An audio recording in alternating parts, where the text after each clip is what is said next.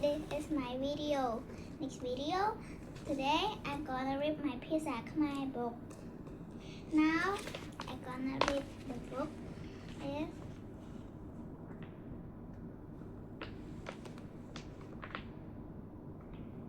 Let me turn the page first.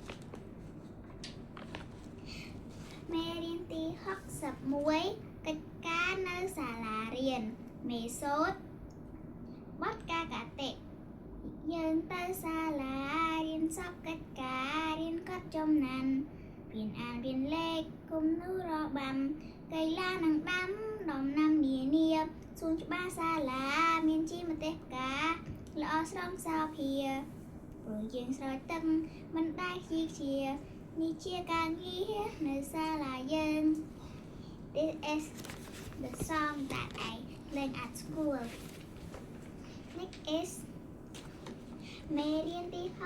69បឹងទន្លេសាបអំណានបឹងទន្លេសាបជាជង្រុកត្រីនៃប្រទេសកម្ពុជានៅរដូវវស្សាបឹងទន្លេសាបលាតសន្ធឹកល្វឹងល្វើយ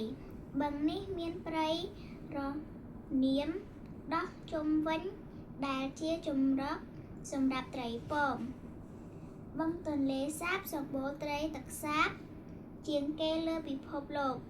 រៀងរាល់ឆ្នាំប្រជាជននេសាទត្រីបានច្រើនត្រី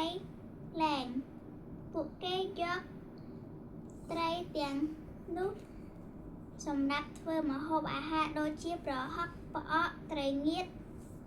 ត្រីឆ្អើរនិងឡកផ្ទៃដីជុំវិញបឹងទន្លេសាប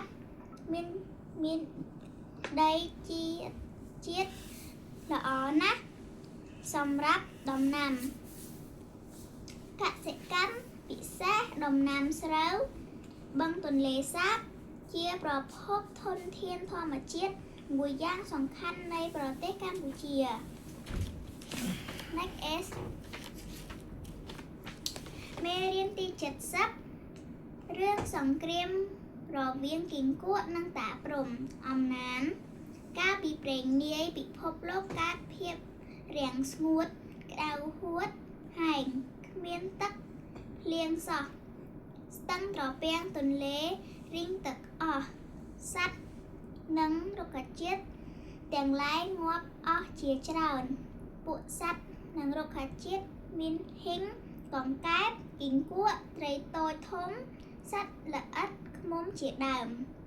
កើតការខឹងនឹងតាព្រំដែលមិនបង្អក់ទឹកភ្លៀងសត្វទាំងនោះបានប្រមូលកម្លាំងឡើងទៅច្បាំងនឹងតាព្រំគីង្គក់បានបញ្ជាទ័ពចូលវាយបំបែកខំទឹកនិងចងពួកមន្ត្រីសេនារបស់តាព្រំពលសេនាទាំងនោះភ័យស្លន់ស្លោរត់អស់តាព្រំសារភាពសូមចោះចាញ់ហើយសន្យាថានឹងផ្ដល់ទឹកភ្លៀងឲ្យតាំងពីកាលនោះមកនៅពេលដែលឮសត្វគីង្គក់ហ៊ីងកង្កែបស្រែកភ្លៀងក៏ធ្លាក់មក Now my book is finished. I read that much. Thank you. That's it. Please subscribe and comment and put the bell. Thank you. Bye bye.